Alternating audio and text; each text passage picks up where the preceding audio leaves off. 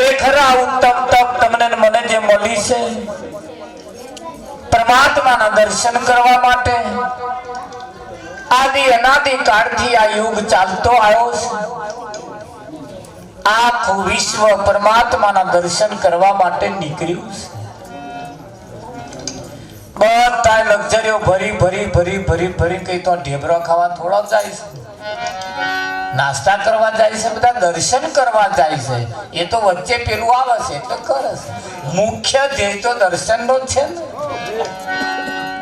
મોટા મોટા સંઘ લઈને જાય, મોટી મોટી લક્ઝરીઓ ભરી જાય, 15 દાડા સુધી હેડીને જાય,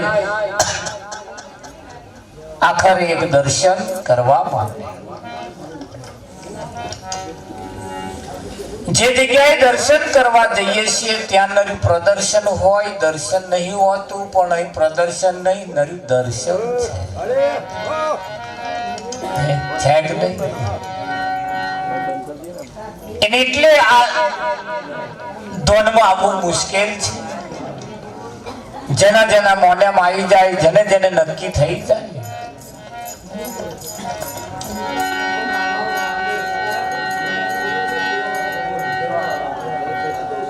આ દર્શન કરી આપણે આપણા જીવનને ઉદ્ધાર કરવાનો છે। અધોગતિના માર્ગે જતા જીવને સદગતિના માર્ગે લઈ જવા માટેનો આ ઉત્તમ તક અને મોકો છે। આજે આ એક એવી જગ્યાએ રામદેવજી પધાર્યા છે અને તે જ્યોતિ સ્વરૂપે આવ્યા છે અને તમારી મય જે જ્યોત સર્ગે છે એ અને આ બે એક જ છે। આ એક પ્રેક્ટિકલ કર્યું, એક વિજ્ઞાન છે। તમારી મય જે છે સાચું છે। મહિમા તો આ તમને સમજાવવા માટે, તમારી મય જે છે સમજાવવા માટે આ એક કાર્યક્રમની રચના કરવામાં આવી છે।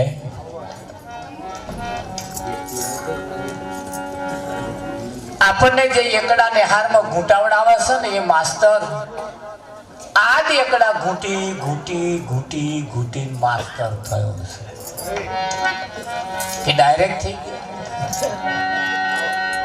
આપણે જે ઘૂંટીએ છીએ એ જ ઘૂંટી ઘૂંટી ઘૂંટી ઘૂંટી પેલા માસ્ટર થયા અને માસ્ટર થઈ નહીં એકડા ઘૂંટાવા આપણને શીખવાડવા કે નહીં શીખવાડતા? એટલે આજનો દાડો એટલો પવિત્ર,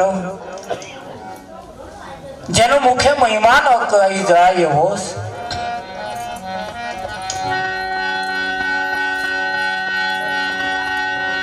જાગતા રહેજો, સાંભળતા રહેજો, થોડું થોડું ભજન ઝીલતા રહેજો, વોટ ફફડાવતા હા।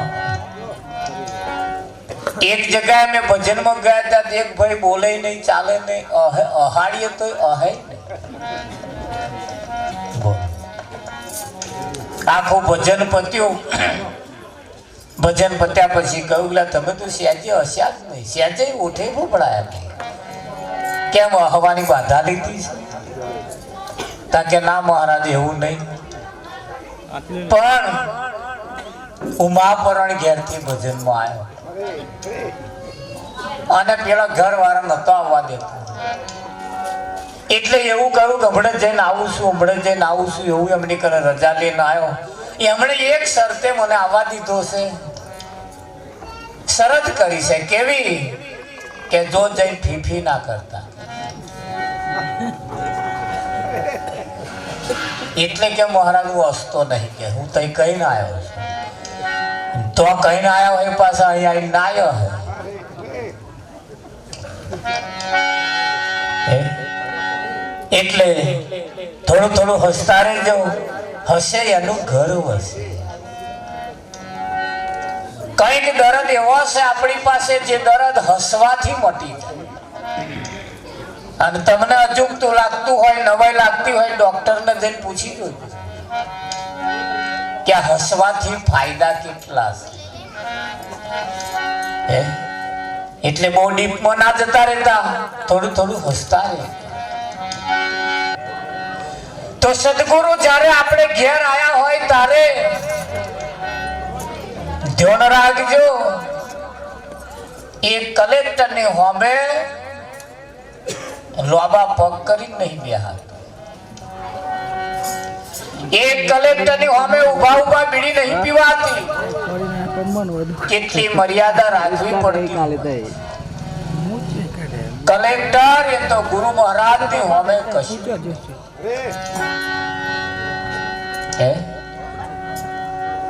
આના તમારી મારી અજવાણીમાં ના જતું રે. આજ આપણા સદગુરુ આપણે ઘેર જ્યારે આયા હોય ત્યારે એમની મર્યાદા આપણે રહેવું પડતું હોય છે. વરસાદ પડે તો ઉપરથી પાણી પડે, એ નીચે આવે ખાડો હોય તો ભરાય, પણ ટેકરો હોય તો જાય. એટલે ટેકરો થઈ ના બેસતા. હજુ જો ઊંચું આસન હોય થોડુંક નેચે બેસી જાય, ભલે આપણે 80 વર્ષ ના હોય. શું કેવું? આ સદગુરુ નું એક આસન, સદગુરુ આપણી સમક્ષ જયારે બિરાજમાન હોય, એક એવું પદ છે જેને પશુથી મનુષ્ય કીધો. 84 થી ઉગાડી લીધો. આપણું જીવન પેલા પશુ જેવું હતું. કેવું હતું? ઓંકારો જીવતા રહેજો આપણે હોમે વાળા. ઓંકારે વાત હેડે, વાત ઓંકારે, અને બીજું બધું ટૂંકારે. ટૂંકારો કરો એટલે મનનું ખબરવાનું મળે.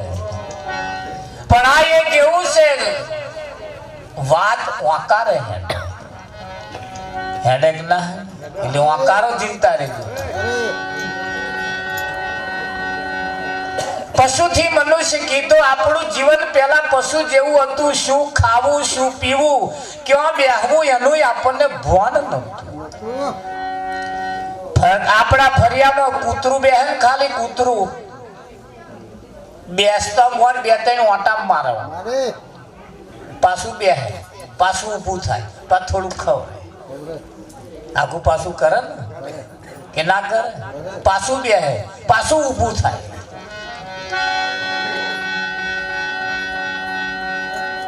આપણે હખડું કર્યા વગર આ મોણ હા બેઠો, અને બેઠા પછી હલવાય. એટલે પશુ જેવું જીવન હતું આપણું. શું ખાવું, શું પીવું, ક્યાં આવવું, ક્યાં જવું, એનું ભાન નતું. એનું ભાન સદગુરુએ કરાયું, અને સદગુરુએ એનું ભાન કરાય અને આપણને શીખવાડ્યું કે આ ખોરાક એ આપણો નોય, આ પાણી આપણું નોય, આ જગ્યાએ આપણી નોય. તું આલી મુવાલી નથી, તું પશુ કરતા વિશેષ. પશુ જેવા લક્ષણ હોય અને પશુ કહેવાય, અને માણસ જેવા લક્ષણ હોય અને માણસ. માણસ કેવી રીતે ઓળખાય? એના લક્ષણથી ઓળખાય. શેનાથી ઓળખાય? દેખાવે ના ઓળખાય. તમે ગંજ બજારમાં ગયા હશો. ગંજ બજારની અંદર વેપારીઓ નવા નક્કોરમાં માલ ભરે. નવા બારદનની મહી નવા બારદનમાં માલ ભરે, અને એક માલ રાશિ ભરે. કેવો ભરે? રાશિ. હવે બારદન જોઈને જે લાવે એ બધા પસ્તાય. મય રાશિ ક્યાં કરે? કારણ કે વેપારીઓ જાણે છે કે માલ લેવા વાળા બારદન જોઈને લેશે. હા, અમુક જણા એવા હોય જે બારદન જોઈને લે,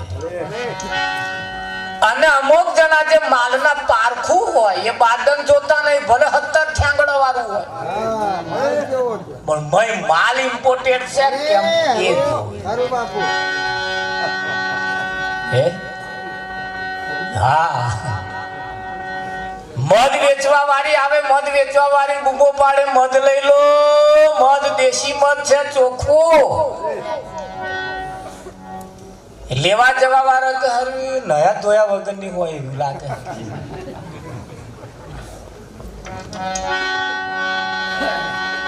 તે આપણે ચોન જો લગ્ન કરવા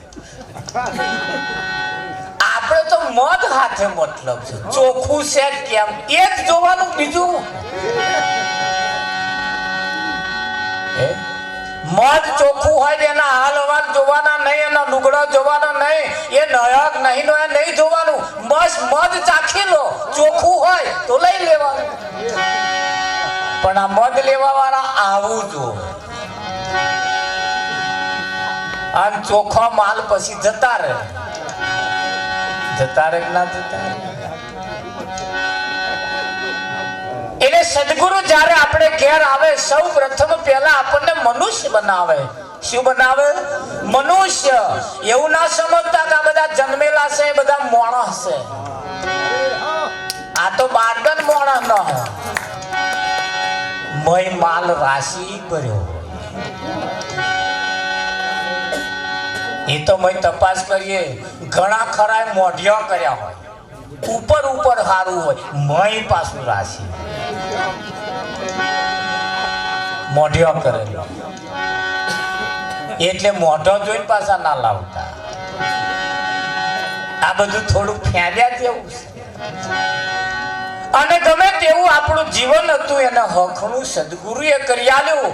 પશુ જેવું જીવન હતું એને માણસનું કરી આલ્યું, મનુષ્યનું કરી આલ્યું. એટલે કહ્યું પશુથી મનુષ્ય કીધો, પશુથી મનુષ્ય કીધો, 84 થી ઉગાડી દીધો, 84 થી ઉગાડી દીધો.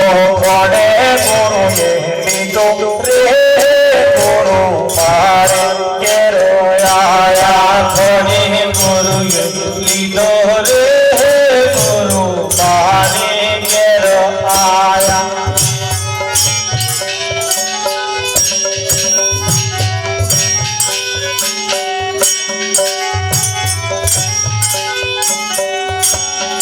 પોતે હતો તેનો વાતે, પોતે હતો વાતે.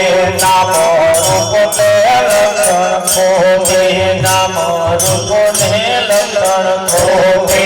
પ્રગટ થયો ચોથે રે ગુરુ મારે ઘેર આયા. પ્રગટ થયો ચોથે રે ગુરુ મારે ઘેર આયા. જાજો મારા ગુરુ મારે ઘેર આયા. જાજો મારા ગુરુ મારે ઘેર આયા.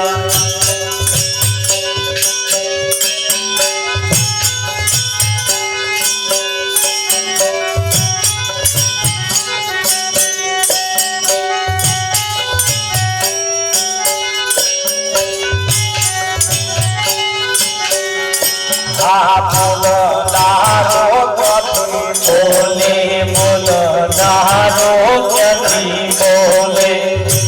થોડી પ્રેક્ટિકલ કરજો કે તમે કઈથી બોલો.